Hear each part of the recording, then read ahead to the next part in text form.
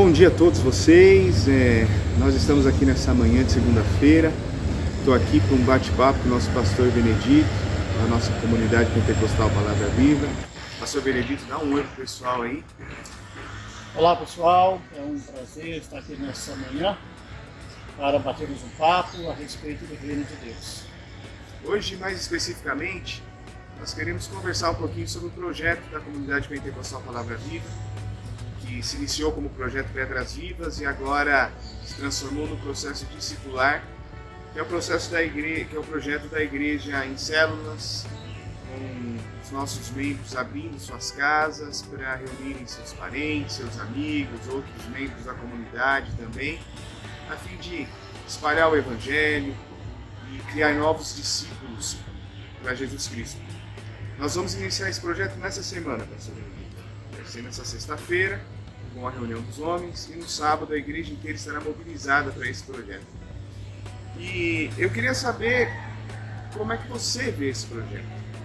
Quando você olha para esse projeto, o que vem ao seu coração, o que você pensa, o que você sente, como é que você vê a igreja sendo mobilizada nesse momento para esse trabalho? Eu vejo com bons olhos e com muita alegria, porque é um projeto bíblico, né? E também faz parte de um sonho que nós sempre tivemos na nossa comunidade, de poder levar a igreja, conduzir as pessoas para os lares, fazer com que haja assim, uma aproximação das pessoas. Eu entendo que esse projeto discipular hoje, essas células que irão se iniciar agora, a partir do dia 5, eu vejo como um sonho que estará sendo realizado. E por que você acha que é importante que os membros da igreja se mobilizem, que eles participem ativamente desse trabalho? É mais que importante a participação de todos os membros nesse projeto ou qualquer outro projeto da igreja, porque é um projeto que nós temos em comum, né? É algo porque a missão do Senhor Jesus de evangelizar, ela não é direcionada a um grupo de pessoas ou a uma pessoa específica dentro da igreja.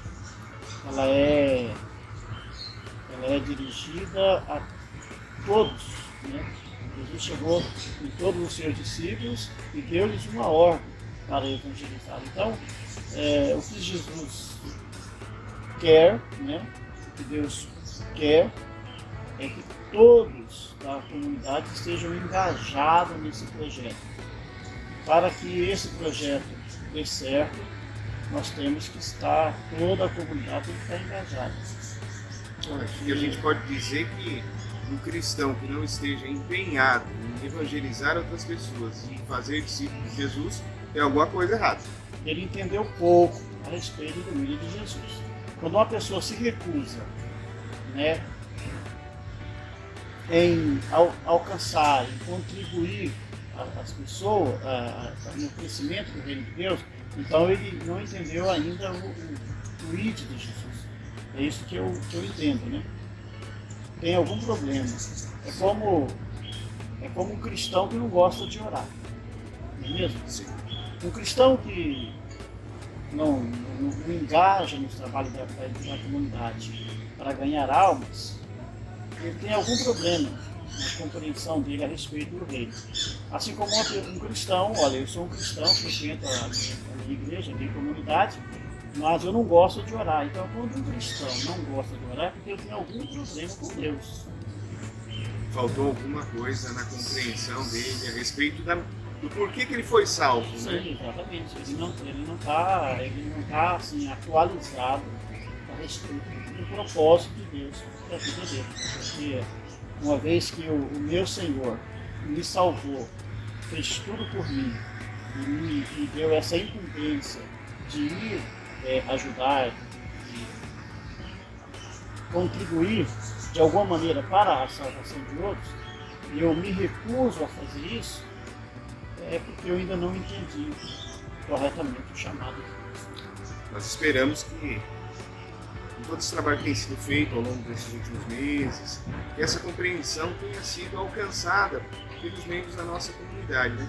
Nós temos visto as pessoas bem motivadas, animadas com esse projeto, e eu acredito que essa compreensão, esse entendimento tem sido desenvolvido ali dentro, né? Isso está gerando esse ânimo e essa disposição.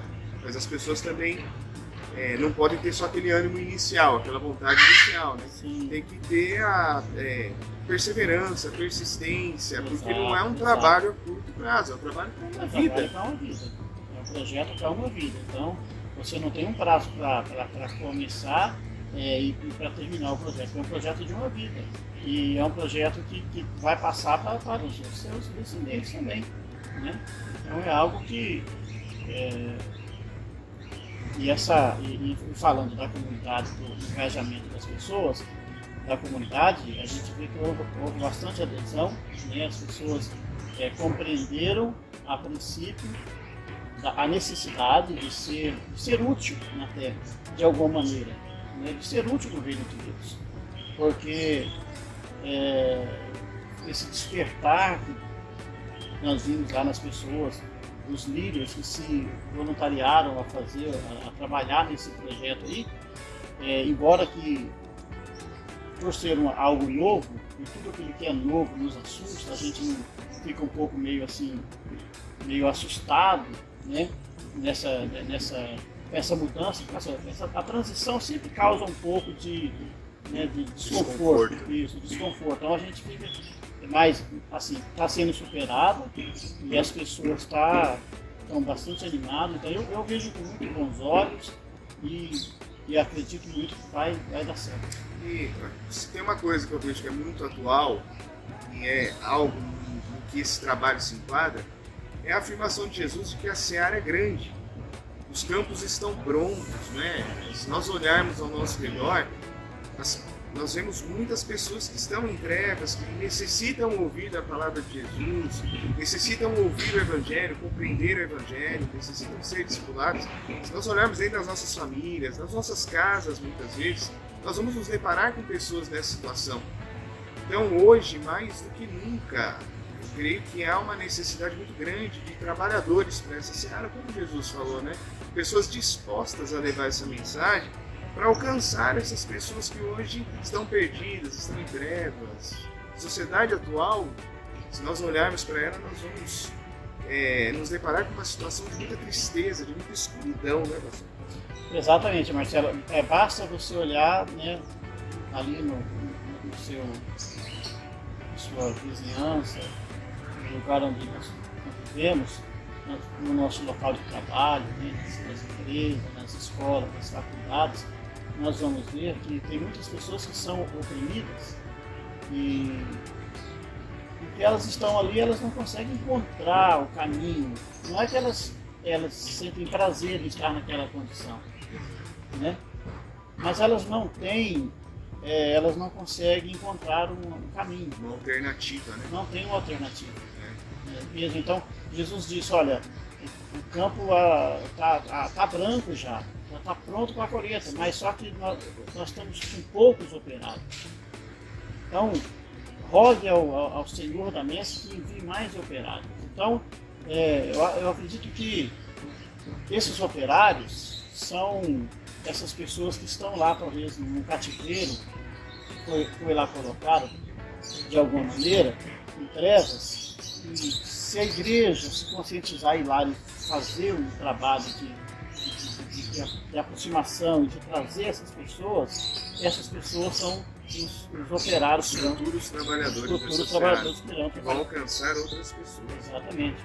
Então o engajamento da igreja no trabalho ali, né, é de suma importância. Eu vejo que talvez uma grande dificuldade é que muitas vezes a gente, como cristão, não compreende que nós somos colocados em lugares certos justamente para desenvolver esse trabalho. Então Deus nos coloca dentro de uma família e dentro dessa família nós devemos ser luz ali, devemos levar a luz do Evangelho dentro da família.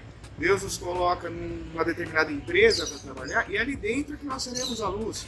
Deus nos coloca numa escola, numa faculdade, e nessa escola, nessa faculdade, no trabalho, dentro de casa, no bairro que a gente mora, na rua que a gente mora, Deus nos coloca em contato com pessoas. Nós temos acesso a pessoas e são pessoas que estão vivendo nessa situação e que precisam ouvir falar sobre Jesus para sair desse cativeiro, dessa prisão que elas convivem, né, que elas estão vivendo. E muitas vezes nós não entendemos, nós achamos que a atividade de discipular e de evangelizar é uma atividade de ministros, como pastores, evangelistas, mestres, né? E que não seria uma atividade que toca a cada um de nós, como na verdade é o contrário, né? Ela toca a cada um de nós justamente porque cada um de nós tem acesso a determinados círculos, a determinados ambientes. E Deus espera que nesses lugares, nesses ambientes, a gente espalhe essa notícia. E a importância também desse engajamento de toda a comunidade do projeto é porque tem lugares e pessoas que eu não vou conseguir atingi-las, mas que você pode atingi-las. Lugares e pessoas que você não pode chegar, não pode atingir, outras pessoas conseguirão atingir. Então, é um trabalho em equipe, né? E é algo muito importante para o crescimento do reino de Deus. E se não for feito em equipe, né, com essa colaboração, cooperação e com esse entendimento de que eu sou importante, você é importante, todo e qualquer membro da igreja é importante para esse trabalho, sem esse entendimento o trabalho não vai dar certo. Não vai dar certo. A gente não vai atingir as pessoas que Deus espera que sejam atingidas. Não vai dar certo e tem outra. Você disse que nós somos plantados por Deus em lugares estratégicos, né? Para ali nós atuarmos como luz do mundo e como sal da terra. E isso também é um ponto importante, porque o projeto discipular, a matriz dele, eu vi com bons olhos, eu achei muito importante, embora não foi idealizado por mim, que justamente tem pessoas que estão instruindo, pessoas mais experientes, estão instruindo essas pessoas a maneira como se deve proceder, né, diante de uma missão assim tão grande, tão valiosa como é essa, a missão de discipular. Esse é um aspecto interessante, né, que às vezes a gente também se esquece. Se nós formos analisar a Bíblia como um todo, desde o Antigo Testamento, tudo, nós vemos pessoas se dispondo a preparar outras pessoas para continuar na caminhada. Né? Então nós vemos desde o Antigo Testamento com os profetas, nós tínhamos escolas de profetas, nós tínhamos, né, Elias e Eliseu, Elias trazendo Eliseu para perto dele, para caminhar com ele, para aprender aquele ofício, para que quando ele fosse, Eliseu desse a continuidade, os demais profetas dessem a continuidade. O próprio Jesus, quando ele deu a comissão aos discípulos, ele disse: ide e ensiná-los a observar, né? Ou seja, então, Jesus preparou os discípulos e comissionou eles a irem e ensinar outros a respeito de Cristo. Não é assim? Então, esse projeto e essa liderança que está sendo bem preparada para atender às necessidades diversas que nós temos, né? São pessoas que realmente, além de terem experiência de vida, né, tem uma vida aprovada diante de Deus e diante da sociedade também. São pessoas que têm uma vida certa, uma vida correta, um testemunho e além da experiência ao longo da vida, né? E está passando para esses novos que irão passar para a geração que é a de vir aí. Essa continuidade é muito importante para a igreja, né?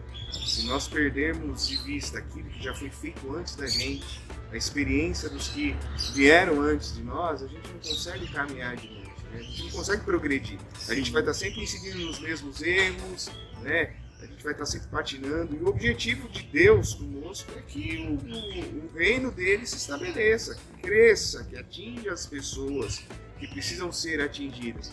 Mas se nós não tivermos essa noção de que o conhecimento, a experiência precisam ser transmitidos e compartilhados, a gente se perde nesse caminho. Exatamente. Nós temos que ter uma compreensão exata do propósito de Deus. E eu acho que ainda dentro dessa questão do propósito de Deus, você trouxe a lembrança, né, o trabalho de Jesus. Jesus passou 3 anos com homens que eram iletrados, com homens que tinham uma personalidade, alguns com uma personalidade muito forte, outros com uma personalidade passiva demais. Ou seja, Jesus passou 3 anos com pessoas normais. Normais. Ele se fez como pessoas normais e conviveu com essas pessoas normais. E foram essas pessoas que, com esse trabalho do próprio Jesus, do próprio Deus encarnado, que transmitiram essa mensagem de uma forma e com uma força, que essa mensagem conseguisse chegar até nós 2000 anos depois. Sim.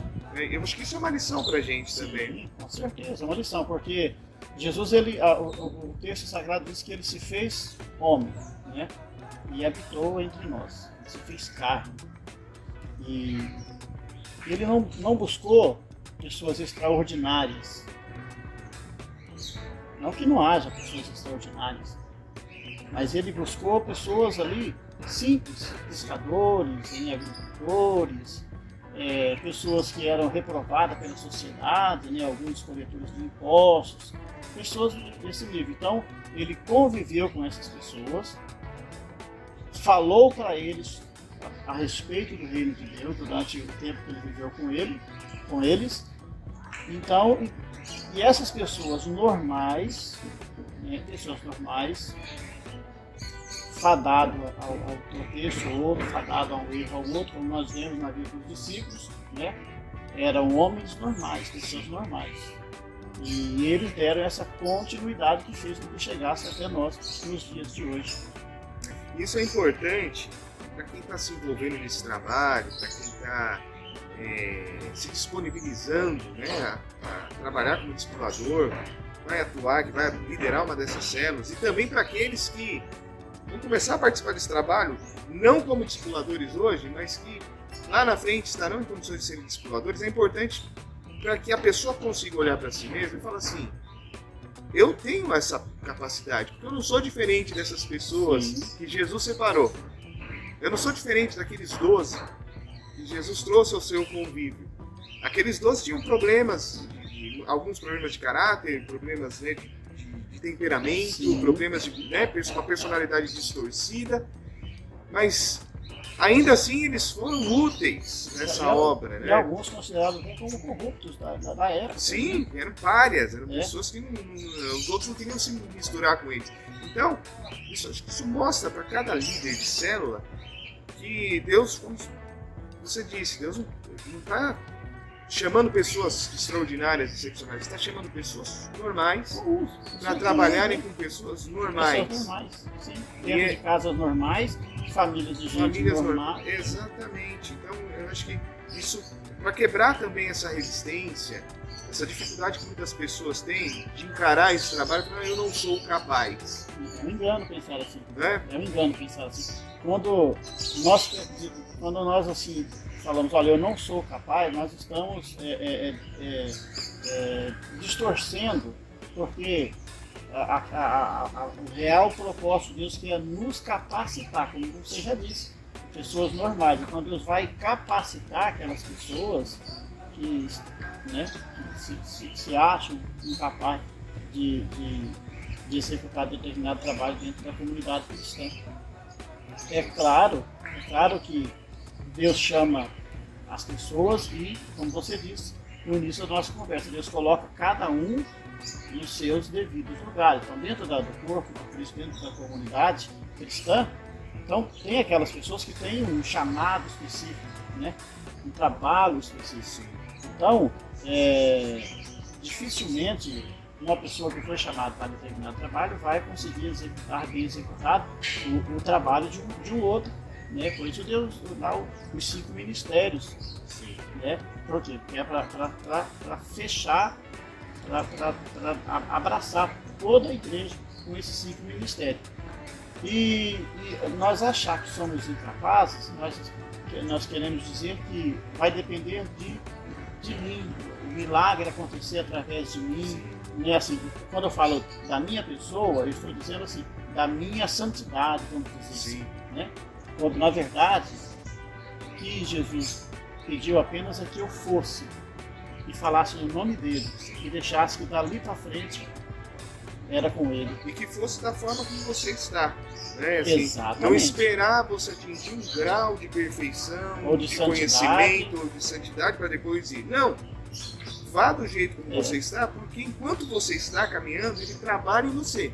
E enquanto ele trabalha em você, você é referência para as Exatamente. pessoas que estão ao seu redor. O que ele disse para Mateus quando ele passou ali naquele curso de cobrança? Olha, vem e me segue. Vem e me segue, exatamente. E pronto. Vem e me segue. Então, quer dizer, como é um trabalho de uma vida, como o trabalho, sabe, assim, o aperfeiçoamento de um santo é o trabalho de uma vida, então, ele não está dizendo, olha, venha agora e já se torna assim um iluminado. Não, ele está dizendo, vem e me segue. Vai seguindo a Cristo e dia a dia você vai entendendo, né, o desejo de Deus. E assim, porque no livro de Provérbios fala que o caminho do justo é como o romper da alva, né, como o romper da aurora, que ele vai raiando até se tornar um dia perfeito. É aos poucos. Né? É aos poucos. É um trabalho processual, É um processo. É aos poucos. Então não adianta você querer iniciar, ajudar na comunidade, na comunidade onde a gente serve ao Senhor, esperar uma formação teológica Completa, né? Não, eu sou agora um doutor em teologia. Agora eu posso. Então não é assim. Tá? Você, durante esse processo, você pode se tornar um mestre, um doutor, e isso é bom, isso é saudável, isso é necessário, é importantíssimo para o reino de Deus. Mas não é. O reino de Deus não depende disso. Exato. Né? O reino de Deus depende de pessoas simples, comuns e que se voluntariam. Enquanto você está passando pelo processo, você vai arrastando com você outras pessoas. Sim, outras pessoas. Para que elas também comecem a passar por esse mesmo processo. É muito importante, né, nós temos na comunidade o pastor Paulo, que tem uma formação boa, uma formação bem instruído, e que nos ensina, nós temos outras pessoas, mas isso é importante, Sim. né? Sim. E nós sabemos que isso é importante, e motivamos as pessoas a se prepararem. Mas o reino de Deus não tem essa necessidade, né? Ele quer pessoas que aceitam fazer. Aceita aí. Então, esse projeto discipular, essas pessoas que se voluntariaram a fazer o curso do discipulado, né? Para se tornar discipuladores, e estão muito animados com esse processo, são pessoas que imaginavam que não teriam condições de fazer. Não poderiam ser úteis. Não seria. Por que não eram úteis? Porque achava que tinha pecado. Mas espera aí, quem disse que nós não temos pecado? Sim. Mas eles pensavam, não, eu sou um pecador, todos nós somos pecadores. Sim. E aquele que diz que não tem pecado engana-se a si mesmo, não é? Outros dizem, olha, eu não tenho condição porque eu não tenho nenhuma formação, assim, eu não tenho um grau de escolaridade e tal. Quando os discipuladores passaram para eles essa mensagem de que, embora tudo isso seja importante na nossa vida, mas o reino de Deus não depende disso, depende só da pessoa, só dele ou dela, Da sua disposição. da sua disposição. Então você viu que abriu a mente das pessoas e Sim. hoje nós temos aí esses grupos. A comunidade pentecostal Palavra Viva já tem uma história de quase 30 anos. Sim, quase 30 anos. E quando você começou, há quase 30 anos atrás, você se sentia capacitado, preparado ou em condições de desenvolver esse trabalho? Até hoje eu não me sinto capaz. Até hoje. E, no entanto, nesse caminhar de quase 30 anos, quantas pessoas não foram salvas? Quantas famílias foram atingidas? Muitas famílias, muitas. Centenas de famílias foram salvas. Centenas de pessoas de famílias foram alcançadas. Estão todas hoje na nossa comunidade? Não, não estão. Mas elas estão em outras comunidades, fazendo aquilo que elas aprenderam ali na comunidade. Aprendeu com quem? Com pessoas simples. Porque quando o Senhor me colocou nessa situação, eu não estava preparado, não era um projeto, né? Eu tenho um projeto de fazer tudo isso. Não era. Mas de repente o Senhor me colocou nessa situação e disse: agora você vai. Então eu entendi isso. Por que eu entendi isso? Porque Ele me abençoou de uma forma que eu não consigo, assim com palavras, expressar o quanto Deus foi bom comigo no início do meu ministério, antes de eu começar esse trabalho. Então, era uma forma de eu dizer: Senhor, muito obrigado pelo que o Senhor fez para mim, mesmo sendo eu uma pessoa imerecedora desses favores que o Senhor me fez. Eu estava preparado? Não. Capacitado? Não. Eu queria? Não. Mas espera aí. Ele me salvou, Ele me ajudou, Ele fez isso. Então, eu tenho que agradecer, eu tenho que ser grato a Ele. E aí nós, então, entramos nessa caminhada, eu e a minha esposa, nós ainda éramos mais jovens, né? E centenas de famílias, pessoas foram salvas através da nossa disposição de aceitar o ID, né, de Jesus e levar a palavra. Talvez se fosse esperar uma formação teológica, fosse esperar uma estrutura até material, física, né? Ter um prédio pronto, um lugar adequado para pregar, para levar a mensagem, talvez até hoje estaria esperando. Estaria esperando até hoje, porque nós nunca tivemos assim condições de fazer uma estrutura para nós iniciarmos. Hoje nós somos abençoados, graças a Deus, nós temos o nosso templo, né, próprio, graças a Deus, mas isso foi um trabalho que Deus foi abençoando dia após dia, Deus foi ali gotejando dia após dia, nos abençoando de uma forma homeopática, sabe?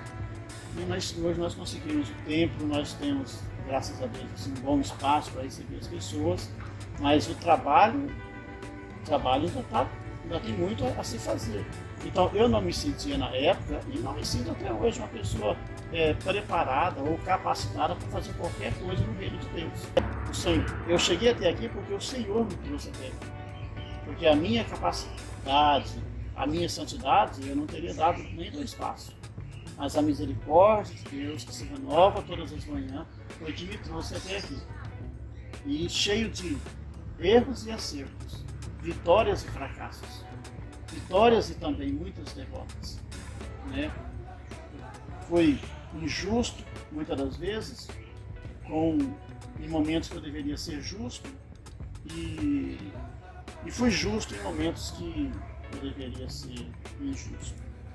Essa história, acho que ela nos ensina também uma coisa, né, acredito? O nosso pouco, aquilo que a gente acha que é muito pouco, que nós temos muito pouco, nós somos muito pouco, o nosso pouco, quando a gente coloca nas mãos de Deus, é muito. Sim, isso É igual aquele jovem que tinha 5 pães e 2 peixes. Exatamente. Então era pouco, aos olhos dele era pouco, aos olhos de todo mundo, até dos próprios discípulos. Os próprios olharam e falaram: só tem isso. O que é isso para tanto? Ou seja, não tem nada. Então, que às vezes a gente olha para a gente e fala assim: eu não tenho nada para oferecer, eu não tenho nada para dar, eu não tenho nada para contribuir. Mas se a gente tiver fé e colocar isso realmente nas mãos de Deus, deixar que Deus trabalhe, sim, isso pode alimentar muitas pessoas, como aconteceu com esse jovem, né? Fez a diferença. Parecia pouco, talvez o que a gente tem parece ser pouco ou quase nada, mas faz uma diferença muito grande na vida das pessoas. O pouco que a gente oferece no reino de Deus. Então, por isso, nós não precisamos esperar que aconteça assim, algo extraordinário, ou, sabe, que tenhamos uma formação tal para poder fazer a vontade do Senhor. Ele começou com pessoas assim, começou com homens normais comuns. Então, essa questão, voltando aqui, a minha vida, não, até hoje, erros e acertos, altos e baixos, né? Quem conviveu comigo, quem me ajudou nessa caminhada, que eu fui muito bem auxiliado também por pessoas, hoje não fazem parte do nosso ministério, né? Fazem parte do mesmo reino, mas não fazem parte do ministério, que me auxiliaram muito nesse período. E eram pessoas simples também. Uma outra lição que nós podemos extrair disso, quando a gente coloca o nosso povo à disposição, a gente trabalha o nosso povo, né, que a gente acha que é povo, Deus, ele vai confirmando e ele vai aumentando a porção, né? Então a parábola dos talentos, né? Então, foste fiel no pouco, sobre o muito eu te colocarei. Então, se a gente tiver essa fé e essa ousadia de colocar o que nós temos, a nossa casa, né, os nossos contatos, nosso convívio com as pessoas, a nossa possibilidade de atingir pessoas que estão ao nosso redor, a serviço do Senhor, ele vai aumentando, ele vai né, retribuindo também esse nosso trabalho. À medida que vai passando, o Senhor vai ampliando mais, né, o campo, onde a gente vai semeando, e quanto mais a gente vai semeando, o campo vai crescendo, pessoas vão se achegando, porque essa é a visão, né, do projeto discipular que nós estamos implantando agora. É isso, semear. E nesses 30 anos, quase 30 anos aí de caminhada de igreja, caminhada de ministério, caminhada cristã, como que é a sua experiência particular de evangelizar pessoas? Como tem sido isso? Quais são as maiores dificuldades, maiores entraves? O que você aprendeu nessa sua caminhada que pode ser compartilhado com as pessoas que vão assistir esse vídeo? Marcelo, olha, uma pergunta um tanto assim pertinente, porque quando nós iniciamos o trabalho, eu e a minha esposa, e então, como eu disse para você, a gente não tinha experiência, nós não fizemos cursos, nenhum pastor nos auxiliou, né? Não é como um projeto discipular, que teve ali um grupo de liderança capacitado, que sentou com eles e pegou na mão deles e começou a ensiná-los a andar. Nós não tivemos esse auxílio humano, pessoas ali, né? Então, nós aprendemos lá no chão da igreja mesmo, ali no chão do monte, né? Tivemos que aprender. Isso contribuiu para erros e acertos, porque quando você tem alguém que te instrui, então a possibilidade de erros, ela diminui. E nós não tivemos isso. Então, houve muitos erros e muitos acertos também. Na questão de alcançar as pessoas e evangelizar, a princípio de tudo, qual era o meu desejo? Quando eu entendi o chamado de Deus, quando eu vi o que Deus fez na minha vida, em particular, a experiência minha, isso antes mesmo de nós iniciarmos esse projeto. E na vida da minha esposa, e da minha filha mais velha, Jéssica, e toda a nossa família. Então, eu pensei comigo assim, eu tenho que salvar o mundo todo. Então, é um engano, porque eu não poderia alcançar o mundo. Um outro erro meu também, no início dessa caminhada, foi querer achar que a santificação, a santidade que Deus exigia, eu podia me santificar. Não estou dizendo no sentido de me separar de coisas que são impróprias para o reino de Deus. Mas eu queria que todas as pessoas, sabe, se santificassem, houvesse renúncias. Isso não é errado, mas só que eu aplicava isso de uma maneira errada. A santidade precisa, sem ela nós não conseguimos ver a Deus. Mas é um processo na nossa vida. Não é de imediato. Não é de imediato. E às sabe? vezes a gente exige das pessoas exigia. uma santidade imediata. Agora você é cristão, agora você... Então, você já não pode mais pecar. É. Então essa foi uma das dificuldades que eu tive no início. E nesse ponto eu fui injusto com muitas pessoas. Porque eu não tinha o entendimento. Né? Eu imaginava que fosse assim. Com o passar do tempo, eu entendi, pessoas me ensinaram, o Espírito Santo me ajudou e eu consegui entender que as coisas não é dessa forma. Então isso foi uma das dificuldades. E a outra dificuldade era para aproximar das pessoas. Porque qual é o maior problema de evangelizar? É que as pessoas não nos querem por perto. Marcelo, você já deve ter a sua experiência como cristão e líder, você já deve ter visto que pessoas, quando falam o nome de crente, sim, tem uma aversão. Tem uma aversão. Sim. E eu fiquei pensando, poxa, porque quando eu saí da fé que eu estava e vim para a comunidade evangélica, então as pessoas não me viam com bons olhos. Alguns sim, outros não. E eu não consegui me aproximar, por quê? Porque eu ia com essa força toda. Eu ia com, sabe? Então eles tinham essa aversão lá. Sim. E eu não conseguia me aproximar das pessoas. Então o rendimento no trabalho evangelístico, então, é muito capenga. Sim. Com o passar do tempo, eu entendi que as pessoas não queriam, quando as pessoas estivessem passando por uma necessidade, uma dificuldade, ele não queria que eu fosse lá pregar a palavra para ele. Ele queria que eu fosse lá ajudar ele naquela necessidade. Não é? Se a pessoa estivesse com fome, o primeiro socorro daquela pessoa é saciar a fome dela. Não adianta você falar que Deus é lindo, que Deus é maravilhoso. Não adianta você falar que Jesus Cristo morreu na cruz. Ele não está nem aí para isso. Porque esse entendimento de Deus, todos os seres humanos têm dentro de si. Isso está plantado dentro de nós. Mas o que ele quer é comida. Eu estou falando no caso de uma pessoa que está, de um pai de família que perdeu o emprego, né, de um pai de família que ali está com uma situação difícil. Então o que ele quer no momento é oração? Não, é bom, é bem-vindo a oração. A palavra de Deus é bem-vindo também. Mas qual é a necessidade dele ali? É o alimento. Tiago fala isso, né?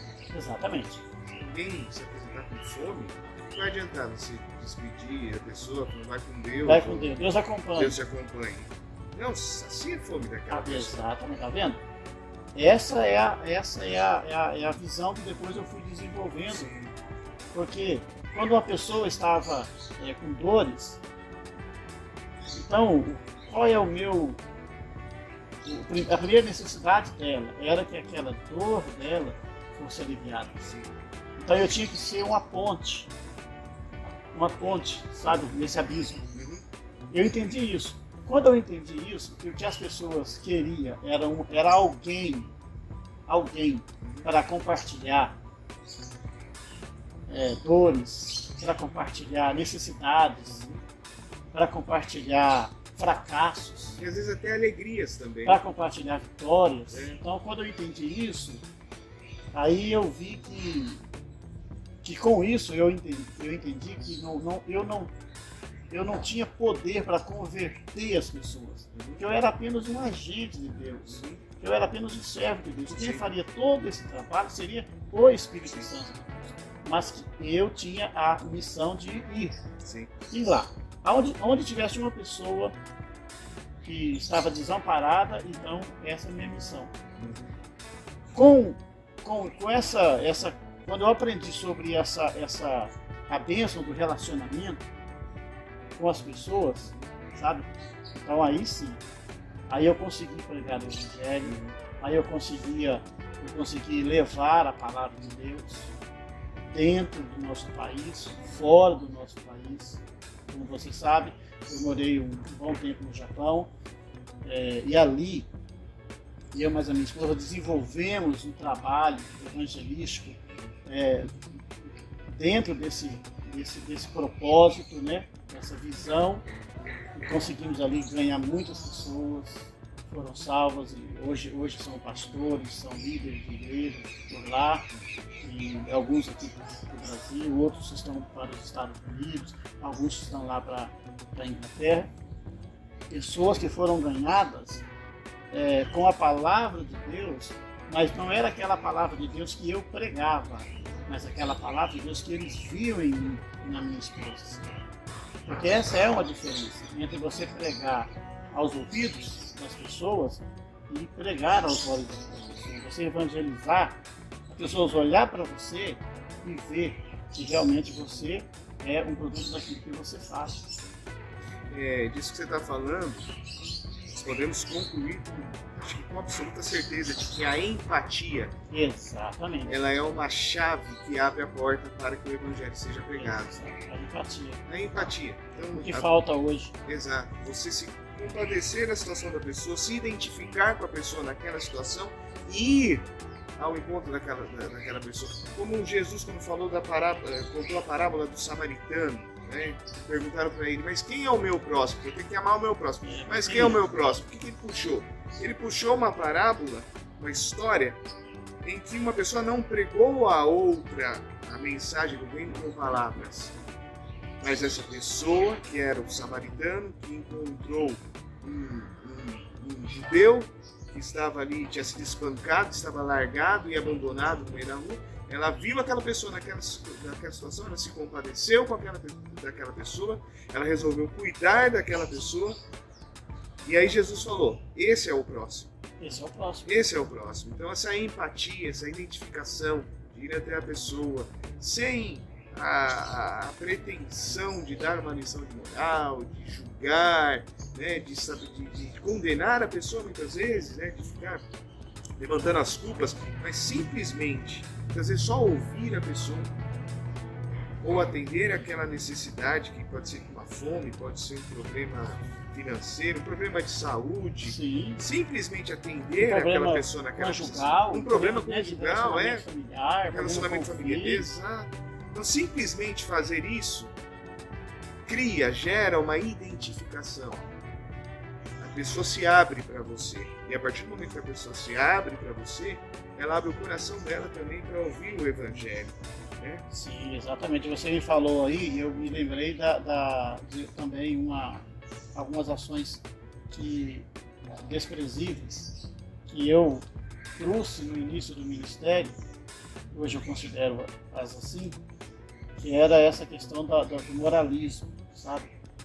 Você querer ser o pregador da moralidade, você olhar para as pessoas, só para as pessoas, não olhar para você. E você querer pregar esse moralismo, uma coisa que muitas das pessoas não vivem, então isso impede, porque ninguém quer ficar recebendo lição de moral, porque, irmão Marcelo, todas e qualquer pessoa na face da terra, ele tem o conhecimento. Qualquer pessoa. Sim. Ele não precisa ir para essa ou para aquela igreja. Sim. Ele sabe no íntimo dele. Ele sabe que ele está fazendo errado. Ele sabe. Uma criança. Sabe uma criança pequenininha, quando começa a gatinhar, sabe. Quando você pega a criança fazendo alguma coisa errada, ninguém precisou falar para ela que ela está fazendo alguma coisa errada. Ela esconde. Exatamente. Por quê? Porque ela sabe. Ela sabe, está dentro dela. Deus colocou isso dentro de cada um de nós. Adão, quando pecou no início, quando ele transmitiu, e ele se escondeu de Deus. Por que ele se escondeu de Deus? Deus falou assim, quem falou para vocês que vocês estão nus? Que conversa é essa? Exatamente. Porque ele se justifica dizendo, não, aqui nós estávamos nus e nos escondemos. Mas quem falou para vocês? Ninguém precisou falar para ele que tinha errado. Por quê? Porque ele já a consciência dele fizemos coisas erradas, que desagrada a Deus. Então você chegar numa pessoa, num drogado, e falar para ele que, olha, isso aí é algo que vai te matar, ele já sabe. Que o que você precisa é fazer ele compreender isso, né? E estar do lado dele, um gesto, ele compreende e dá a ele uma oportunidade, uma força para que ele venha a sair dali. Sim. É caminhar com ele numa outra direção. Exatamente. Não adianta comigo, vamos andar junto. Não adianta você chegar numa qualquer pessoa e falar para ela, olha, isso que você está fazendo é errado. Porque ela sabe que é errado. Sim. O que ela precisa é que eu vá até ela e estenda-lhes a mão. A mão e faça o esforço para que ela venha sair daquele submundo. Sim.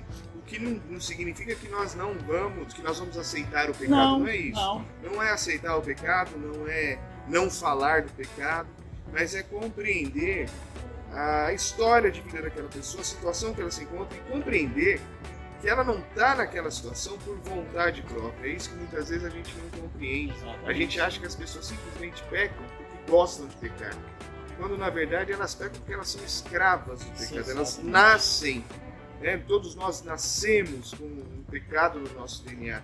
Nós somos escravos e até o momento em que Jesus Cristo nos liberta e que o Espírito Santo vai trabalhando na gente, para a gente se libertar efetivamente, nós continuamos escravos do pecado. Sim. Então a pessoa tem vergonha daquilo que faz, ela sabe que é errado. Não adianta a gente ficar reforçando a culpa dela. No primeiro contato, você não precisa dizer que ela está errada, porque ela já sabe. Já sabe. Né? Já já sabe que está errado. Porque quando o cristão, o evangelizador, ele faz isso, ele ainda faz a pessoa afundar mais ainda. Sim. Porque ela não sabe sair daquele lamaçal. Porque ela não sabe. Ela não consegue sair. Ela precisa de alguém que tire ela, até ajude ela a tirar. Ajuda ela a sair daquele situação. Então, no início, essa questão do moralismo, e é uma coisa que ainda impera até hoje em muitas comunidades, é algo que tem impedido muito o reino de Deus de crescer. Mas, qual eram as minhas dificuldades? Justamente é de ter essa compreensão. Compreensão que não depende da minha santidade, sabe, do meu grau de instrução. Não depender, porque se dependesse disso, de alguma formação acadêmica, ninguém teria sido levado a Cristo. Porque são assim, eu nunca tive isso. A Bíblia nos mostra uma coisa de uma forma muito clara, que a gente acaba muitas vezes esquecendo, né? Ela nos ensina que Deus é amor. Deus é soberano, Deus é juiz, Ele é santo, Ele tem uma série de características, mas uma das características mais importantes que dirigem todas as ações de Deus é o amor. Ele amou ao mundo de tal forma que deu o seu Filho unigênito, para que todo aquele que nele crê não pereça, mas tenha a vida eterna. Então, Deus é em essência amor. E eu acredito que quando nós criamos essa empatia, nos identificamos com a situação das pessoas e nos dirigimos até elas para auxiliá-las, para ajudá-las, para ampará-las, para confortá-las, para consolá-las muitas vezes, nós estamos mostrando para essa pessoa o Deus que é amor. Exatamente. Ao invés de começar mostrando o Deus que castiga, o Deus que se ira, o Deus que pune, a gente começa mostrando o Deus que é amor. Que apesar de ser tão infinito em poder, tão magnificente, tão, não tem nem palavras para descrever Deus, apesar de ser tudo isso, o Criador de todas as coisas, Ele é amor, e um amor tão forte que se importa com cada uma das pessoas. E com o drama de vida de cada uma das pessoas. Cada pessoa, ele se compadece. Ele é um Deus que se compadece. Sim. Então, chegarmos na primeiro contato com as pessoas, para acusá-las de uma coisa que elas já sabem que está errada, não é algo saudável. Chega a ser maldade. Chega a ser maldade. Por que eu digo isso? Porque existem alguns momentos na vida da gente, que a gente está bem, você não sabe? Você não cometeu nenhum erro, você está bem. Então, nós não vigiamos, e porque estamos bem, não estou devendo, não estou me prostituindo, não estou desempregado, enfim, eu estou bem, de um modo geral. Então eu começo a olhar para as pessoas e me tornar apontar. Ah, você é isso. Não é porque você está aqui porque você não tem fé. Se você está nessa situação porque você não fez direito, porque você desobedeceu a Deus. Esquecendo que nós somos tão humanos quanto eles, que podemos amanhã estar mal. Aí tá a hipocrisia, porque amanhã você caiu. Você caiu em nenhuma daqueles problemas que você apontou ontem. Sim. Agora, hoje, eu caí agora. E o que você vai querer? Você vai querer misericórdia. Exatamente. O que você vai necessitar? De misericórdia. Sabe, Marcelo, assim, uma coisa que eu sempre vejo nessa minha caminhada, e convivo com muitas pessoas falando do reino de Deus, tem as pessoas hoje preferem muito mais estar assentado num assento de réu do que no assento da misericórdia. As pessoas, os cristãos, de uma forma geral, exatamente, ele quer sentar naquele lugar que ele é perdoado. O promotor, né? Do acusador. Ele quer estar naquela posição que as pessoas o perdoam, mas ele nunca quer liberar o perdão, ele nunca quer estar no assento da misericórdia, onde ele tem que perdoar. Sim. Ele quer sempre ser perdoado, o tempo todo ser perdoado, mas ele nunca quer estar naquele assento onde ele tem que liberar o perdão. Sim. Aquele caso que Jesus conta do credor lá que devia, compassivo, o cara devia para ele. Ele quis ser perdoado, mas na hora que foi para ele liberar o perdão da dívida do outro, ele não exerceu a mesma misericórdia. Não fez, espancou ele, jogou ele na cadeia e vendeu os filhos dele. Porque eu quero ser perdoado. Eu estou aqui hoje porque eu fui perdoado. Eu errei muito com Deus e errei também com as pessoas. Eu já disse. Então, hoje eu olho para as pessoas e eu me vejo lá. Eu falo, aquela pessoa precisa ser ajudada. Quantas vezes, Marcelo, você já ouviu pessoas dizer, né? A gente ouve isso constantemente. Você convida uma pessoa para ir para a igreja, ele fala assim, não, eu não vou porque eu bebo. Sim. Eu não vou porque eu fumo. Sim. Eu não vou porque eu me separei, né? Me separei da esposa, me separei do esposo. Sim. Porque eu não sou digno de estar lá. Como se os que estivessem lá fossem dignos. Mas é porque nós passamos essa ideia de que a pessoa, ao ir para lá, ela vai ser julgada e não vai ser ajudada. Exatamente. Porque se ela entender, olha, eu bebo e ali eu vou receber ajuda, eu bebo, eu estou com problemas familiares, adulterei, mas ali eu vou receber ajuda para superar esse meu problema, para mudar a minha vida, ela vai querer aquele lugar, porque ela quer o conserto. Porque ela quer. Porque, Marcelo, ninguém quer ficar jogado nas calçadas, ninguém quer ficar preso, ninguém quer, sabe? Porque isso aí é uma situação que o pecado nos leva a essas condições. E muitas das vezes eu convidava pessoas dizendo, vamos a um culto ou uma reunião. E as pessoas dizem, não, mas eu bebo. Peraí, poxa, vamos lá, cara, beba. Não se preocupa com isso. Não se preocupa com isso. Vamos. E pessoas iam e caminhavam muito tempo, ainda com excesso de álcool, mas com o tempo ele entendia que não tinha muito sentido. E com o tempo ele conseguia aquilo que necessitava para poder se libertar daquilo. Se libertou. E assim foram pessoas que tinham problema de homossexualismo. E assim foi pessoas que tinham problema de álcool, né? Sim. De excesso de álcool, tem pessoas que tinham problema com drogas, que a gente chega e se coloca no lugar daquela pessoa e você ajuda ele. Eles vêm. E chama para um lugar em que ele vai ser ajudado. Sim. Não vai ser julgado. Sim, não é Eu um acho tribunal. que o trabalho em célula contribui muito para isso. Sim. Porque a gente tira aquela aura do ambiente, todo mundo perfeito, todo mundo... Exatamente. E leva para dentro das casas em que a gente sabe que ninguém é perfeito. Ninguém é perfeito. Então fica mais fácil você chamar uma Exatamente. pessoa para participar de uma reunião na sua casa, ainda mais alguém que te conhece, que sabe como é a sua casa, como é a sua família, como você é fora das quatro paredes da igreja. E ela vai sentir mais à vontade de ir numa reunião dessa do que a gente simplesmente muitas vezes fala assim, não, vamos para a igreja. Porque na igreja ela tem, às vezes, a própria pessoa tem esse preconceito. Não, lá eu não posso entrar, porque lá é um ambiente santo. É um ambiente santo.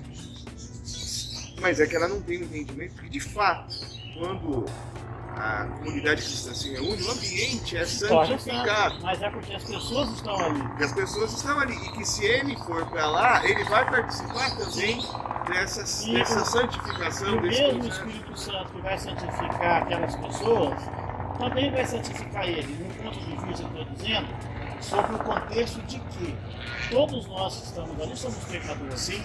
Então eu como pecador, não, eu não sou, eu não uso, não tenho uso de álcool, nem de drogas ilícitas. Tá, mas é só isso? O que Deus condena é só isso, né? E a questão da mentira, a questão da mentira, do engano, né? A questão da idolatria, que não se resume apenas a ídolos feitos por mãos de homem. E a questão de enganar pessoas, de encontrar da avareza, né, do desamor, isso Deus não condena? Peraí. Agora ele é um usuário, ele é um dependente químico. Quer dizer, então se Deus pode me santificar a mim, então santifica ele também. Porque Deus não faz acepção de pessoas. Então se o meu pecado pode não ser igual ao dele, e também pode não ser igual ao seu. Mas eu tenho um pecado. E ofende a Deus da mesma forma. Da mesma forma. Não Não existe um pecadão ou um pecadinho. Sim. Existe um pecado que ofende a Deus. Então quando você aborda uma pessoa e você chama ela para participar de uma reunião cristã, a primeira coisa que vem na mente delas até os dias de hoje é isso. Eu não sou digno de estar lá. Mas ninguém é. Acho que talvez a gente tenha que tentar ilustrar para a pessoa que assim, a gente está levando, nós estamos convidando, nós estamos chamando essa pessoa para participar de um lugar onde ela que tem fome vai conseguir saciar. Então, eu tive fome, eu fui naquele lugar e ali eu saciei minha fome. Agora eu estou te convidando para você também saciar a sua fome. E todos nós temos a mesma fome. A fome de justiça, a fome de paz, a fome de alegria, não é, nas nossas vidas. Então, assim, se nós conseguirmos transmitir essa ideia para as pessoas de que a vida em igreja, que não se resume às quatro paredes do templo, mas que é dentro das nossas casas, é dentro das nossas empresas, essa vida em igreja, vida cristã em igreja, ela é uma vida em que nós teremos essas necessidades saciadas que eu tive, e agora eu estou chamando essa pessoa para fazer parte do mesmo banquete para que ela também tenha. Talvez a gente consiga um resultado um pouco melhor, né? Sim, exatamente. O que a gente precisa ter essa empatia, né? Sim. Essa sentir a dor do outro, sentir o sofrimento do outro. Não ficar apontando, porque a menos que nós entendemos que o mundo é redondo. Né? Uma hora nós estamos embaixo, outra hora nós estamos em cima, outra hora nós estamos embaixo de novo. A menos. E nesse trabalho todo, de tantos anos de ministério, quais foram as situações mais inusitadas, difíceis, de maior luta, maior dificuldade que você teve para evangelizar pessoas? Então, para evangelizar pessoas, a maior dificuldade que nós enfrentamos no início, né, e eu acredito que até hoje também é uma dificuldade, entre muitas dificuldades, não dá para listar todas, mas primeiramente era essa questão de você não ter o entendimento do sofrimento das pessoas. Certo. Você achar que era desse jeito. Né? E tinha outra também dificuldades, que era a questão financeira, que foi uma dificuldade que nós enfrentamos muito. Né? Até hoje a gente tem essa dificuldade, creio que isso irá até a vida de Cristo, né? Porque a igreja, na medida que ela vai ampliando, vai crescendo, mas vai havendo necessidades financeiras e tudo. Mas no início nós tínhamos essas dificuldades, porque assim, Marcelo, às vezes nós estávamos com uma igreja em determinado local, tinha um salão alugado. E do nada, a gente conseguia fazer um trabalho evangelístico ali e levava as pessoas a congregarem ali e era uma bênção. Só que do nada o proprietário pedia o imóvel. E agora? Nós vamos para onde? Eu não sei. Vamos tirar a sorte. Aí nós começamos a procurar alugar um lugar. As condições financeiras não nos davam assim, né, não podia escolher. Então nós tínhamos que levar em outro bairro que muitas vezes era muito longe desse local que nós tínhamos. Então já criava outras dificuldades, já né? criava Aquelas outras pessoas que dificuldades. estavam próximas ali, Sim, tudo sim. agora teriam que se deslocar. E agora? E essas pessoas? Eu não posso deixar ninguém para trás. E agora? Como é que eu faço? Então agora eu estou com a igreja já agora em outro bairro, quilômetros longe daquele local onde as pessoas iam a pé. E agora, o que eu tenho que fazer? Então eu não posso deixá-los para trás. E eles não conseguem ir a pé. Então isso é uma dificuldade que nós enfrentamos muito no início da nossa caminhada. Uma outra dificuldade também com questão ao evangelismo é uma outra coisa, talvez é um pouco diferente, talvez é um pouco diferente da sua pergunta, mas assim, outra dificuldade que nós tínhamos também era concernente a cristãos que já era mais amadurecido e cristãos já de uma longa caminhada, como nós estávamos começando ali, então aí essas pessoas se apresentavam para nos ajudar sobre aquela pele de cordeiro, quando na verdade eram obreiros ineficientes, pastores incapacitados moralmente de fazer a obra do Senhor. Talvez eles estavam ali naquela posição, não porque Deus os colocou, porque eles colocaram na cabeça, não, eu sou isso, eu vou ser isso. Então, eles se achegavam até nós e desvirtuavam, sabe, o trabalho, assim. Colocava divisão, aí pessoas desanimavam, eles ofereciam para as pessoas assim, olha, vamos lá para a nossa igreja, que lá tem você terá isso e aí aquilo, que na verdade aí muitos iam enganados e eles não tinham aquilo que era oferecido, e aí eles ficavam ali no meio, e aí para frente eles não conseguiam ir porque tinha ali o limite, né? Tinha um muro. Eu acho que isso é algo muito importante, que a gente tem que tomar muito cuidado, né? Às vezes a gente no afã de trazer as pessoas, de converter as pessoas, a gente promete para as pessoas coisas que não estão no nosso alcance. Não pode. Não dependem de nós. Mesmo porque isso é um crime, na verdade. Propaganda enganosa. Sim. Isso é uma propaganda enganosa, porque se eu convido uma pessoa, eu falo, olha, se uma pessoa que está com câncer, e eu falo para ela, vamos lá na minha igreja e você vai ser curado, eu tenho a obrigação de levar aquela pessoa de volta curada. Sim. Né?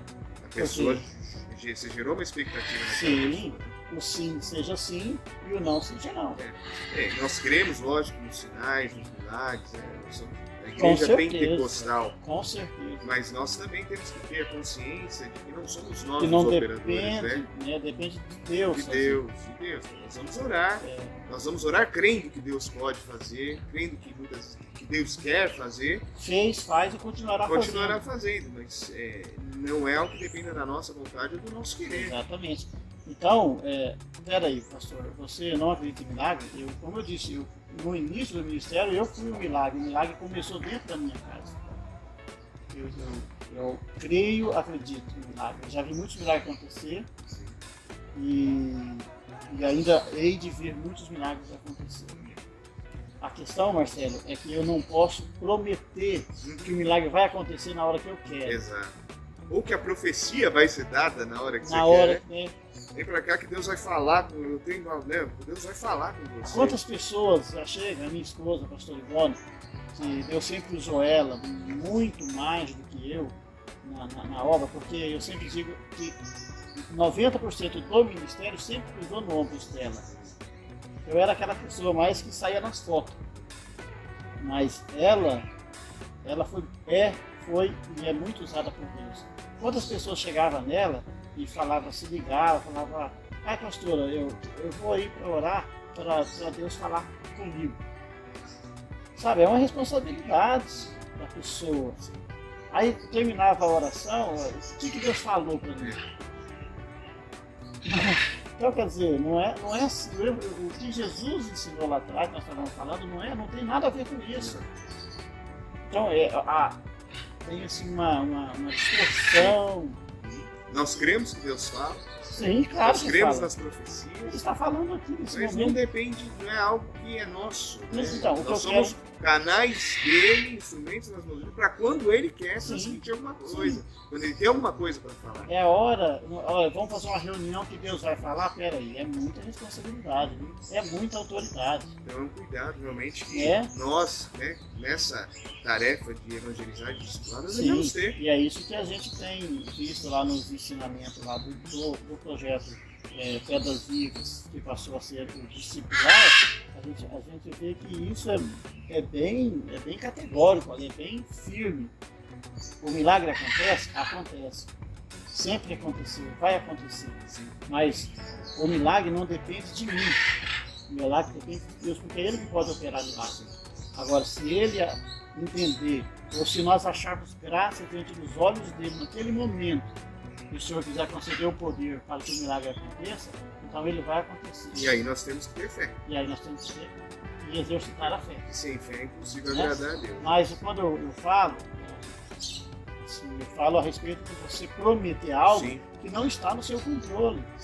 Você não tem esse poder, você não tem essa intimidade com Deus. Né? Nós temos um pouquinho de intimidade com Cristo. Nós não temos essa intimidade com Deus. Tá? Você, olha, eu vou ali, para dizer o que ele tem que fazer. Fazer um pacote e o senhor tem que fazer isso agora, o senhor tem que fazer aquilo agora, é o contrário. Então essas foram algumas das dificuldades que a gente inicialmente enfrentamos para levar o evangelho. Por quê? Olha, o que a gente ouvia e ouve até hoje. Eu fui para a igreja, falaram isso. Não aconteceu. Não aconteceu. Eu fui para a igreja e falaram isso e não aconteceu. Então essa pessoa que foi para a igreja e falaram isso e não aconteceu, dificilmente você conduzirá ela de volta à igreja, mas você conduzirá ela ao convívio do lar. Sim. Né? Quando eu falo de igreja, eu quero que você entenda que eu estou falando, quando eu falo de igreja, eu falo da estrutura. Sim, né? sim. Aquele local. Sim, com culto litúrgico. Com culto, com ali, sabe, com toda uma homilia ali para ser cumprida. Não. Então dificilmente você vai conduzir ela de volta, porque ela entende igreja aquilo como igreja. Mas quando o processo discipular, justamente ele tem esse entendimento de fazer essa pessoa entender que a igreja não é ali é um local de reunião, de culto, Deus se faz presente, é importante, né, para nós, mas que ele pode receber de Deus tanto quanto lá, ali, no convívio do lar. Então por isso o projeto discipular é bacana. E hoje, Marcelo, nós vemos essa dificuldade ainda é bem patente nos dias de hoje. Né? A gente vê ela todos os dias, essa dificuldade de pessoas prometerem coisas que não está dentro da jurisdição da pessoa. Né? E tem uma outra situação que você deve ter se deparado também, é de pessoas que foram feridas na relação com outros irmãos e tiveram alguma decepção dentro da igreja. Também tem relação com isso, né? Com que a gente muitas vezes promete. A pessoa acha que vai entrar lá e vai se deparar com pessoas perfeitas e que essas pessoas nunca vão machucá-las, né? Elas não vão se decepcionar. E chega lá, são pessoas normais e que ela vai se decepcionar. né? A igreja ela se descaracterizou, na minha opinião, nesse sentido, porque, como nós falamos, a igreja começou dentro de uma casa, ali no Pentecoste, a igreja se reuniu numa casa, recebeu o Espírito Santo, né? Iniciou-se ali, viviam dentro das casas, se reunindo. Paulo perseguia as pessoas e tirava elas de dentro de suas casas, enfim. E ela é uma igreja feita de pessoas comuns, por um Deus, né, que se tornou homem, sujeito às mesmas paixões e necessidades que eu e você. Então ele se tornou uma pessoa comum, assim, de um certo modo, divino e humano, mas a natureza divina dele ele nunca colocou ela, ele sempre se apresentou como um homem. Dela, Ele se despiu dela. É. Essa é a palavra. E Se humilhou. se humilhou, exatamente. Então você veja, ele não exigiu essas prerrogativas divinas, né, de Deus e tal. Então ele se humilhou e agora ele se tornou um homem comum, que tinha fome, sede, tinha as necessidades fisiológicas, enfim. Era tentado, chorava, sofria, como qualquer outro homem. Então a igreja é feita de pessoas comuns, de pessoas simples, pessoas que erram e pessoas que acertam. Porque o que Jesus veio, quando ele diz assim, ó, o Espírito Santo virá para convencer o mundo a respeito do pecado, da justiça, do juízo, da justiça e do pecado que consiste em não crer em mim. Então, o pecado que o Espírito Santo veio convencer as pessoas é o pecado que consiste em a humanidade não crer neles. Recusar. Não crer, porque ele veio e o povo recusou eles, hein? Então, essa é uma das missões de obra do Espírito Santo. E aí, o que acontece? Então, a igreja é comum, Jesus Cristo homem, igreja de homens e mulheres imperfeitos, só que quer passar para os de fora uma imagem que não existe, de perfeito, é o que você está dizendo. Aí as pessoas são feridas por quê? Porque eles vão lá para a comunidade achando que eu sou um homem perfeito. Sim. Eu não erro. Porque eu passei essa imagem, porque a igreja cristã passou essa imagem o tempo todo. E aí de repente ele vê que eu fico chateado, ele vê que às vezes eu fico triste, às vezes eu choro, de repente ele me vê eu sendo medicado em um hospital, sabe? Então, peraí, não era...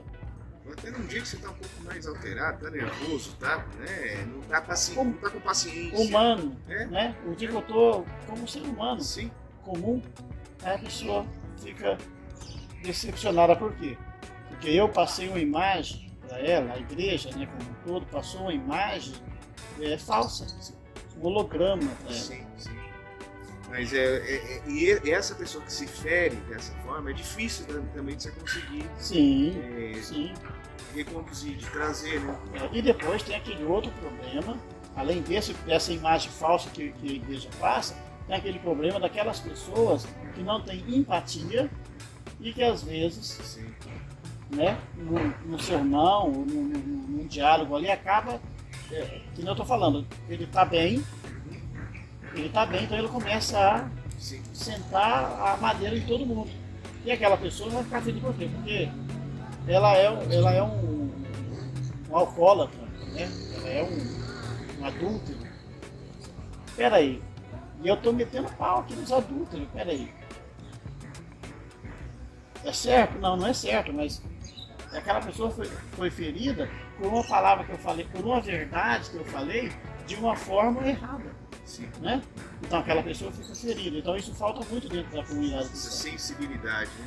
A Exatamente. sensibilidade de transmitir a mensagem de uma forma que não seja afrontosa, não seja, mas que atinja o seu objetivo, Sim. né? De a pessoa entender as consequências do seu mau caminho, mas que não coloca a pessoa ainda mais Porque não é, buraco, né? porque as pessoas fora, eles não se ferem com as verdades que a igreja fala. Eles se ferem da forma como a igreja fala as verdades. faz lembrar que a gente tem exemplos, né, para seguir. E os exemplos estão ali na Bíblia. Né? Se nós olharmos, por exemplo, Paulo, quando ele chega em Atenas, chega na Grécia, Atenas, ele vê aquele povo totalmente idólatra. E a Bíblia fala que aquilo o compungiu por dentro, aquilo irritou, ele ficou extremamente irritado em ver aquele monte de imagem espalhada, em cada esquina eles adorando um Deus diferente e tal. E foi dada a oportunidade para que ele falasse com aquelas pessoas. Mas por mais irritado que ele estivesse com o pecado, por mais que o espírito dele estivesse revoltado com aquela situação daquelas pessoas, na hora em que ele foi falar para aquelas pessoas, ele foi sábio. Sim. Ele começa falando com aquelas pessoas: ó, varãos atenienses, vejo que vocês são muito religiosos. Sim. Passei pela cidade de vocês e vi realmente essa devoção de vocês e tal. E eu vi que inclusive vocês adoram um Deus desconhecido. Tem uma imagem, um lugar lá para adoração de um Deus desconhecido. Um altar de um Deus desconhecido. E eu venho falar para vocês esse Deus desconhecido. Esse que vocês não conhecem, eu venho apresentar. É o que falta para nós hoje. Então essa sensibilidade na hora de falar, de abordar. Então ele falou sobre a inutilidade daqueles ritos, a inutilidade daqueles cultos que eles faziam. Ele falou daquilo, mas de uma forma em que ele não feriu as pessoas, mas que ele conseguiu abrir o entendimento daquelas pessoas. Exato. Então é uma tarefa que a igreja, na sua liturgia, na sua programação regular, precisa entender, mas também é uma tarefa que os nossos discipuladores precisam compreender. Sim, exato. Isso é o que tem de importante. Porque em muitas situações você vai se sentir revoltado com o que está acontecendo. E o seu primeiro impulso humano muitas vezes vai ser de xingar, de brigar, de partir para cima, de afrontar, porque aquilo causa indignação. Eu tive um problema uma vez com um pastor, eu não vou citar o nome dele.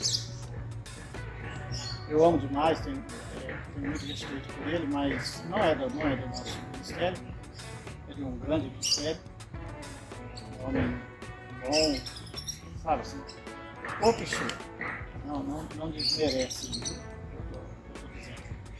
E é justamente quando se fala a respeito dessa questão da empatia, eu disse para ele, assim, uma vez, né, nós discutimos sobre esse assunto, e ele falou assim: mas eu não posso dizer para o adúltero que os adúlteros não entram no céu, então o que eu estou fazendo aqui? Então você veja bem, eu falei: não, nós temos que dizer para ele, mas não assim, né? Nós temos que passar essa mensagem para ele, mas no momento oportuno. Forma correta. Né, da forma certa, eu falei, é verdade, porque ele falou para mim assim, porque a verdade que liberta, pastor. Eu falei: eu concordo com você em partes que a verdade liberta. Mas como assim? Eu falei: porque o que liberta não é a verdade, é permanecer na verdade. Falei para ele, eu falei: o que é a verdade? Eu falei: a verdade, se você olhar para a Bíblia fala que Deus, Ele é a verdade.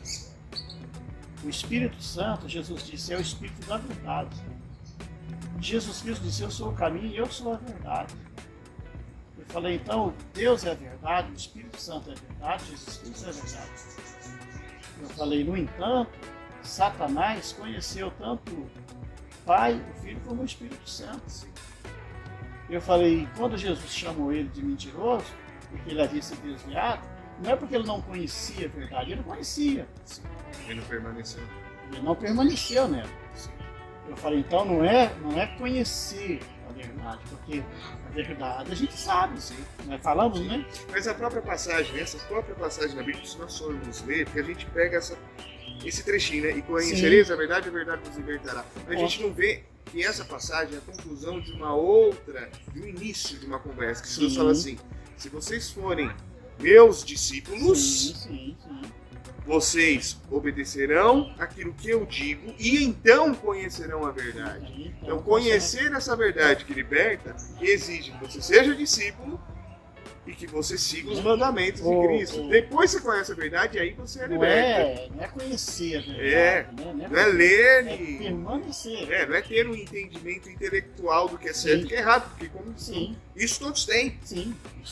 Isso todos têm. Sabemos que é certo e que é errado. Exato. Mas a grande dificuldade é o que? Se tornar um discípulo de Cristo. Sim, é permanecer. Permanecer, segui-lo, né? Caminhar com ele, dia após dia. Porque se você caminhar com ele, com a disposição no seu coração de seguir aquilo que ele está dizendo, de obedecer aquilo que ele está orientando, aí sim, você vai ter um conhecimento íntimo da verdade. Sim. E aí sim. E aí você vai ser liberto. Aí você vai ser liberto. Então nós tivemos assim, essa discussão a respeito desse assunto, mas é justamente por que eu estou falando isso? Estou falando isso porque as pessoas lá de fora se ferem. Sim. E nós não temos o ministério de ferir, de separar. Nosso ministério é de reconciliação. Sim. Então, eu tenho que usar todos os recursos disponíveis para mim poder reconciliar essa pessoa com Deus, né? E entendam bem o que eu estou dizendo. Quando eu faço de recurso disponível, eu estou dizendo que os fins justificam os meios. Eu estou dizendo assim, o caminho, a proposta de Deus, a sabedoria de Deus, né? Que Deus deu, eu preciso conduzir aquela pessoa. Agora, cada pessoa tem um jeito. Nós não somos iguais, nós somos diferentes, né? Então, às vezes, a forma como que eu conduzo uma pessoa a Cristo é diferente de uma forma como você conduz. E às vezes a sua, para aquela pessoa, é a mais adequada. Sim. E a minha, para outra pessoa, vai ser a mais adequada. A sua técnica não serviria para aquela. Exatamente. A minha não serviria para essa. Então, isso é um entendimento também, por isso que o projeto discipular é importante e é ensinado justamente esses pontos, por quê? Porque é diferente, não existe dois DNA, cada um é diferente, sabe? É uma diversidade de pessoas, mas Deus deu a cada um a capacidade, sabe? Para atingir essas pessoas. Acho que tem uma outra coisa que a gente já caminhando aqui para o nosso final da nossa conversa, mas uma outra coisa que eu acho importante a gente deixar claro para os nossos líderes de células, discipuladores, é que Deus chamou Pedro, né, e falou: Pedro, você é pescador, mas eu vou te tornar pescador de homens. E se tem uma coisa que a gente aprende com a atividade da pesca, que Jesus usou como alegórica ali, né, como metafórica ali, com pano de fundo para ilustrar, é que se eu lançar a rede onde o outro está lançando a rede, uma rede vai embaraçar na rede do outro e ninguém vai pescar nada. Então a gente tem que ter essa noção de não querer pescar onde o outro está pescando. De não querer lançar a nossa rede onde o outro já está lançando a rede dele. Porque eu não vou pescar nada e vou atrapalhar a pesca dele. Sim. Isso, na nossa atividade discipular, significa respeitar a atuação dos outros ministérios, das outras igrejas, daqueles que já são cristãos. É algo que parece lógico, mas é algo que a gente não aplica muitas vezes na prática. Porque muitas vezes a gente está querendo evangelizar quem já foi evangelizado. Ou quem já está numa determinada denominação, numa determinada igreja. A pessoa já está ali, já está sendo cuidada, já está sendo tratada, já está sendo ensinada, e a gente quer arrastar aquela pessoa para o nosso meio. Então a gente está lançando a nossa rede onde os outros estão pescando. E isso, para o reino de Deus, é um desastre. É um desastre. Só gera confusão, né? Nós não nos ajudamos. Então, acho que nessa tarefa de discipular, a gente tem que ter esse cuidado. Nós vamos convidar pessoas? Nós vamos convidar pessoas que não tenham tido contato com o Evangelho, que não estejam ligados a nenhum lugar, que não estejam frequentando nenhum lugar, que não estejam sendo discipuladas ou evangelizadas por outras pessoas. Porque o campo é tão amplo. Exato. Né? Nós não precisamos competir uns com os outros. Não. Como você disse. Cada lugar, cada pessoa tem um jeito diferente de evangelizar. Cada grupo também tem um jeito diferente de evangelizar e discipular. Cada igreja, cada comunidade tem o seu jeito diferente de evangelizar. Então, eu posso não ter o mesmo jeito um outro grupo, que uma outra igreja. A nossa igreja não tem a mesma forma de evangelizar, de discipular que a outra igreja, mas isso não significa que a outra igreja é errada e que nós somos certos, ou vice-versa, que nós estamos errados e que eles estão certos.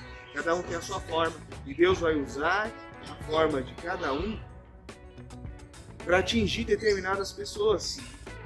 Então, eu creio que isso é importante nós estabelecermos. Muitas vezes a gente não está querendo trazer a pessoa para Cristo, a gente está querendo trazer a pessoa para a comunidade pentecostal Palavra Viva, ou para a nossa igreja. Como se a comunidade tivesse o poder de salvar alguém.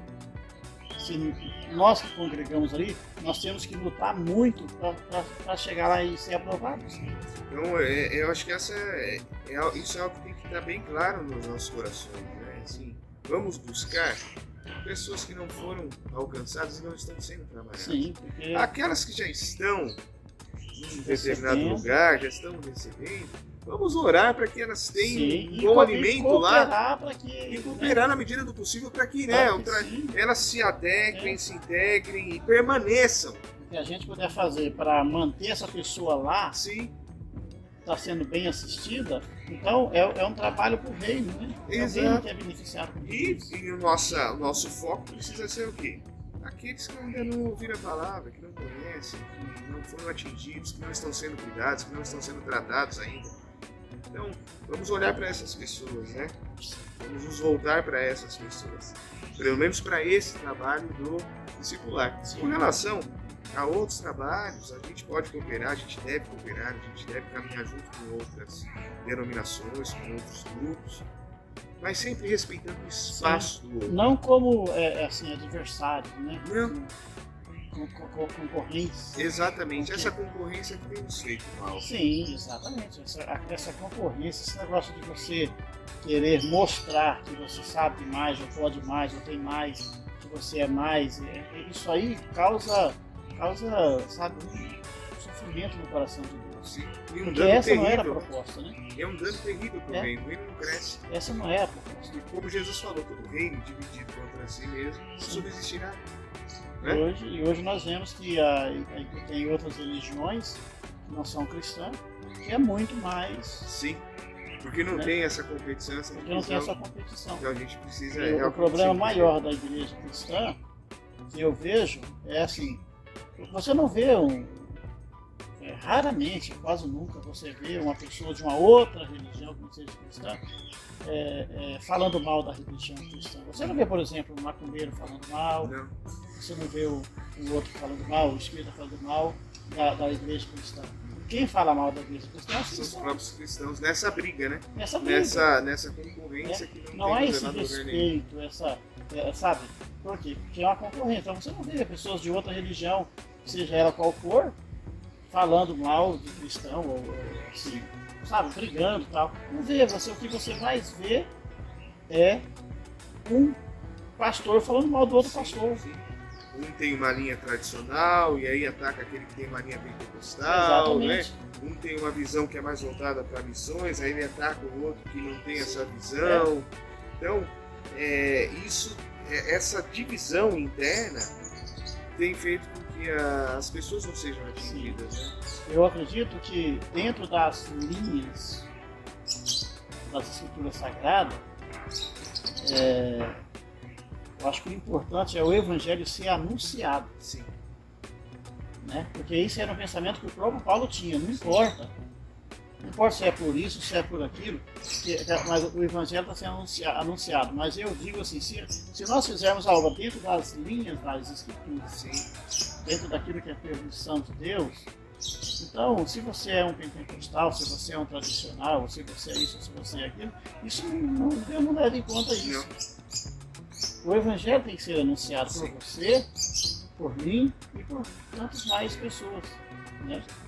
Para concluirmos aqui, pastor Benito, esse bate-papo está muito bom, está muito gostoso, mas a gente precisa chegar no fim. Eu queria que você compartilhasse, agora realmente voltado para os nossos líderes que estarão na célula, os nossos líderes de célula, compartilhasse com eles um pouquinho o que é a alegria de ver uma pessoa receber o Evangelho através da sua vida, de ver uma vida sendo transformada pelo poder do Evangelho que você propagou, que você anunciou para aquela pessoa? Então, aí é algo que é um sentimento que a gente não consegue expressar, às vezes com palavras, a alegria, esse contentamento de ver uma pessoa, porque, sabe, você vê uma pessoa que estava pensando em se suicidar, aí você, de repente, você chega perto daquelas pessoas, e aquela pessoa, você consegue mudar o rumo daquela intenção. Quando eu falo você consegue, eu não estou dizendo que o poder está em mim, ou a capacidade está em mim, mas como você é usado por Deus para ir lá, para fazer um papel de ponte, porque aquela pessoa, ela está de um lado, ela não consegue atravessar para o outro lado por causa do abismo. Então quando você vai lá, você chega lá, e você consegue ver aquela pessoa renovada, uma nova criatura, pregando aí agora, mudou de pensamento. Então é uma alegria, um contentamento que eu não consigo dizer. Eu sei que é algo que até às vezes a gente até se emociona, chora muitas das vezes. Eu com a minha esposa, nós conversamos muito sobre isso. Quando você vê, e ao longo desses quase 30 anos de caminhada, é o que nós temos visto, Marcelo, pessoas. Então, agora quando você vê uma família que estava se desestruturando, você consegue chegar lá, unir aquela família através da sua participação na vida daquela família, aí você vê aquela família agora voltou nos eixos, o marido está feliz, a esposa está feliz, os filhos estão ali em volta da mesa. Então é algo que você não... Eu sei que é muito bom, é uma sensação boa, sabe? Você vê pessoas bem, pessoas felizes. Então, ao longo desses quase 30 anos de caminhada, nós temos visto muito isso. Nós temos visto muito, então é uma alegria muito grande. E um detalhe, nós já falamos sobre isso, mas que me veio agora em memória, é essa questão da aproximação das pessoas, sabe? Porque você chegar numa pessoa que está com pensamento suicida e dizer para ela, olha, vou te falar uma coisa, os que praticam tais coisas não entram no reino do céu. Você não vai ajudar ela em nada, cara. Verdade. Você não vai ajudar ela em nada. Mas quando você chega e a gente vê aqueles salvamentos maravilhosos, sim, espetaculares dos policiais, né? Sim. Os policiais, os bombeiros, assim, a força de segurança como um todo fazem com aquelas pessoas que estão ali penduradas numa ponte. E eu me emociono com aquilo, por quê? Porque o policial está ali e aquela pessoa está a um fio de colocar um fim na sua vida, deixando a esposa, muitas das vezes, filhos, sim, né, desamparados. E aí eles chegam, eles conversam com a pessoa, sabe? Chega, conversa e se aproxima, e no momento oportuno, no momento certo, ele segura aquela pessoa. E ali ele sabe as pessoas. Então esse ato que os policiais fazem de resgatar aquela pessoa e dar àquela pessoa uma nova oportunidade de vida, eu me emociono com aquilo quando eu vejo isso. E a igreja ela tem que agir dessa maneira, sabe? Aproximar da pessoa. Porque que a pessoa já está destruída, já está toda complicada, isso já é um fato. Você não tem que complicar mais a vida dela. Dizer, olha, se você morrer, você vai para o inferno. Nós temos duas alternativas, né? Duas alternativas. Ou empurra a pessoa está ali em cima da ponte ali. Ou você fica ali embaixo, pula, vai lá e empurra a pessoa. Ou você age como o bombeiro, que se aproxima, conversa, chega perto, até que chega um momento ele agarra. Agarra e salva. E salva. Naquele momento que ele agarra, ele salva. Mas ele precisa ir lá, sabe? Ele precisa ter toda uma desenvoltura para... O evangelizar é a mesma coisa. Se nós lermos no Provérbios, eu não sei talvez eu possa errar aqui, mas não me lembro bem de memória, mas no capítulo 30, ali fala de alguns assim, princípios básicos do evangelismo que eu apliquei na minha vida durante esse período aí. Então ele fala no versículo 25, ele fala sobre a questão do propósito. O propósito, ele fala da formiga, ele fala assim, a formiga, ela compreende que o inverno vai ser longo, vai ser duradouro e que ela precisa de provisões para enfrentar o inverno. Então o que a formiga faz? Ela, quando tem oportunidade, ela vai colher. Ela vai sair assim freneticamente, né? Freneticamente a formiga sai, corre, vai colhendo folha, vai colhendo grão, vai colhendo tudo e vai estocando ali. Então isso é um ensinamento para nós nessa questão do evangelismo, porque você tem que, você tem que ter esse propósito. Sermos intencionais, né? Exato, intencionais, essa é a palavra. Olhar para as coisas, não de forma mais descompromissada, descomprometida, não, olhar para as pessoas, para as coisas, para as situações, como oportunidades. Oportunidade, você calculado. Porque, você, então, esse é um propósito, eu chamo isso de propósito. Né? E depois, também lá, se eu não me engano, tem um outro, acho que é o versículo 26, que fala sobre a questão do arganaz. O que é o arganaz?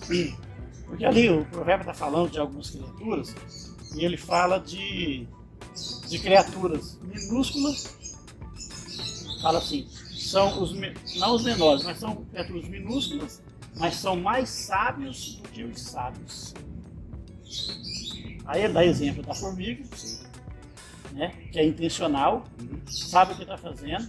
Depois fala do arganaz. O arganaz é um roedor, é da família do roedor. Algumas traduções falam do coelho, né, da montanha, que constrói a sua casa na rocha. Então, por quê? Ele fala assim, que ele é fraco, ele não tem força, né? Ele não é como um grande animal. Ele tá ali mas ele é sábio porque ele constrói a sua casa na rocha. É onde ele não vai ser atingido. É onde ele não vai. As águias vão vir, os predadores vão vir e ele tem um lugar para ir se refugiar. Então você tem que levar para as pessoas têm que entender que você é um abrigo seguro. As pessoas têm que ver que a comunidade cristã é um abrigo seguro para ela. Vai ser atacada, uma hora ou outra ela vai ser atacada, uma hora ou outra ela vai tropeçar, uma hora ou outra ela vai se irritar, mas ela tem um abrigo seguro. É aquela cidade do refúgio que fala no Velho Testamento. Se você correr para lá, você está salvo. Olha, você assassinou uma pessoa, não foi intencional. Cometeu uma falta. Né? Você cometeu um acidente ali, então o cobrador vai vir, ele vai te pegar, mas se você correr e conseguir chegar naquela cidade, lá ele não pode te pegar. Então, eu penso isso comigo, se eu fazer aquela pessoa sentir essa segurança perto de mim e perto da minha família, isso aí é uma coisa, né? Uma outra coisa também que você falou, que você fala muito, é a questão do trabalho em equipe. O que é o trabalho em equipe? Ali, o Provérbios, no versículo 30, deve ser o 27, fala do trabalho. Ele toma como exemplo os gafanhotos. Eles não têm rei. Mas, no entanto, eles marcham, entendeu? Ali é no compasso. Um atropela o outro. É no compasso. E aonde ele chega, o estrago é grande. Então, e a igreja, o trabalho em equipe tem que ser visto dessa forma, né? A igreja como um todo tem que ser vista assim, não é como concorrentes, mas trabalho de equipe. E aí tem o quarto princípio, tem muitos mais, mas eu vou falar mais um só, que é o geco. O que é o geco? Ali fala do geco. É um pequeno animal que pode ser pego na mão, ele cabe na palma da sua mão. O geco é a lagartixa. Algumas traduções falam geco, outras falam lagartixa. Algumas traduções falam aranha, outras traduções falam o arganaz fala do coelho mesmo e tal, enfim. Mas fala da lagartixa, o geco, que, embora você consiga pegá-lo nas suas mãos, ele vive na casa dos reis e nos grandes palácios. Poxa, para pensar. Ele é frágil, Sim. mas ele está vivendo lá junto com os reis. Sim. Ele está gozando do mesmo ambiente que o rei goza. Por quê? Por conta da sua invasão. Sim. Ele sabe se filtrar. Exatamente. É uma brechinha. Sim. Ele não precisa de muito. Um buraquinho. E permanece ali sem ser incomodado. E não incomoda. Porque essa é a grande vantagem. Sim, sim. Ele está convivendo ali com as pessoas e não está incomodando. Então, esses 4 princípios, teria outros, a gente poderia falar numa outra oportunidade, mas é os princípios que eu adotei. O problema a questão da invasão. Quando eu falo invasão, não estou falando de você invadir privacidades. Eu estou falando de você aproveitar aquilo que você falou, oportunidade. Para ter acesso. Ter acesso. Se você me deu um acesso, se você me deu uma oportunidade de ser o teu amor, o teu guia, a tua confiança, sabe, que vai te ajudar, então se você me deu aquela oportunidade, por menor que seja, eu não perco ela. Isso é numa conversa formal, numa conversa informal, é num trabalho, na empresa, no serviço que eu trabalho, sabe? Eu estou atento às oportunidades. Sim. Essa sabedoria, todos nós, os cristãos, tem, só que não desenvolve. Tem à disposição, né? Está à nossa disposição. Exatamente. Então, essa questão, esses 4 exemplos que eu dei, e tem outros vários exemplos que eu já apliquei na minha vida e aplico até hoje na vida da igreja, que é isso daí, é você não perder oportunidades, né? E permanecer com a pessoa. Porque o outro problema também, Marcelo, eu sei que o tempo já se esgotou, é você ir lá e fazer o serviço de resgate da pessoa e depois abandonar. Não encaminhar ela para um tratamento, né? Para ajudar, ou talvez se for o caso de um médico, indicá-la para o médico. É só pensar em só crescer em número, né? É. Vou aumentá-lo, a minha igreja, chamando um monte de gente, aí vou lá, ganho a confiança das pessoas, trago, mas eu não estou preocupado realmente com essas pessoas. E o trabalho em equipe, né, do discipular, justamente fala justamente sobre traz essas pessoas e não pode deixar lá, tem que encaminhá-las para os lugares certos delas, porque cada pessoa tem um problema, tem uma questão, tem uma dificuldade. Então a gente pega essa pessoa, traz aqui, ó, essa é a dificuldade dela. Então tem um trabalho de equipe que fala muito disso. Então vou cuidar dessa pessoa. Aquele problema dela não é, eu não consigo ajudá-la, mas aquele irmão consegue, aquela equipe consegue. Então eu vou conduzi-la lá e vou auxiliar. Então quando nós alcançamos uma pessoa e buscamos ela, nós não podemos nunca mais deixar, nunca mais.